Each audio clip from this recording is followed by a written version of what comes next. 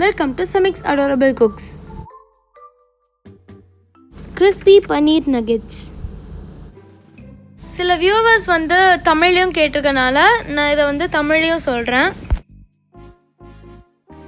Ingredients, தேவையான பொருட்கள்: ginger garlic paste 2 teaspoon, அது இஞ்சி பூண்டு விழுது 2 தேக்கரண்டி, சில்லி பவுடர் 1 டீஸ்பூன், மிளகாய் தூள் 1 தேக்கரண்டி, பெப்பர் பவுடர் 1/4 டீஸ்பூன், மிளகுத்தூள் 1/4 தேக்கரண்டி, சால்ட் as required, உப்பு தேவைக்கேற்ப, சாப்ட் கொரியாண்டர் லீவ்ஸ் 2 டேபிள்ஸ்பூன், நறுக்கிய கொத்தமல்லி தழை 2 மேஜை கரண்டி, lemon juice from 1 full lemon, எலுமிச்சை சாறு ஒரு முழு பழத்திலிருந்து, பனீர் 15 பீசஸ், பனீர் 15 துண்டுகள், கார்ன்ஃப்ளவர் 1/4 கப், சோள மாவு 1/4 கப், மைதா 3 டேபிள்ஸ்பூன், மைதா 3 மேஜை கரண்டி, வாட்டர் 1/2 கப், தண்ணீர் 1/2 கப், பிரெட் கிரம்ஸ் பிரெட் துகள்கள். Method: In a bowl, add ginger garlic paste, chilli powder, pepper powder, salt, coriander leaves and lemon juice. Now mix them well. Add the paneer pieces and mix again. Marinate this for 30 minutes. Now in another bowl, add corn flour, maida, 1/2 teaspoon pepper powder, salt and water.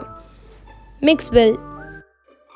Now dip the paneer pieces in the slurry and coat them with the breadcrumbs.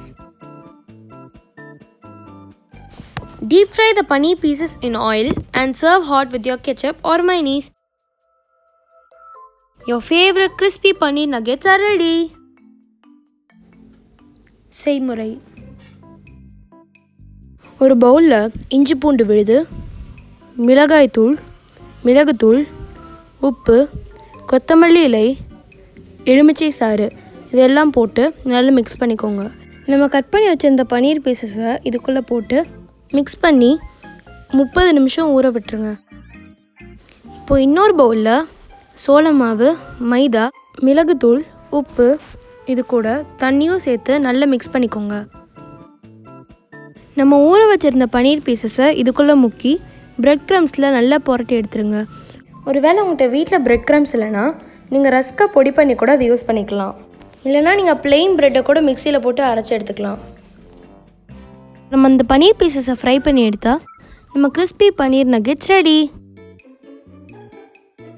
Thanks for வாட்சிங்.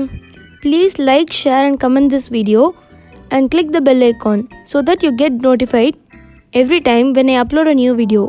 இந்த வீடியோவை like பண்ணுங்கள், share பண்ணுங்கள், இந்த ரெசிபியை try பண்ணிட்டு கமெண்ட்டும் பண்ணுங்கள்.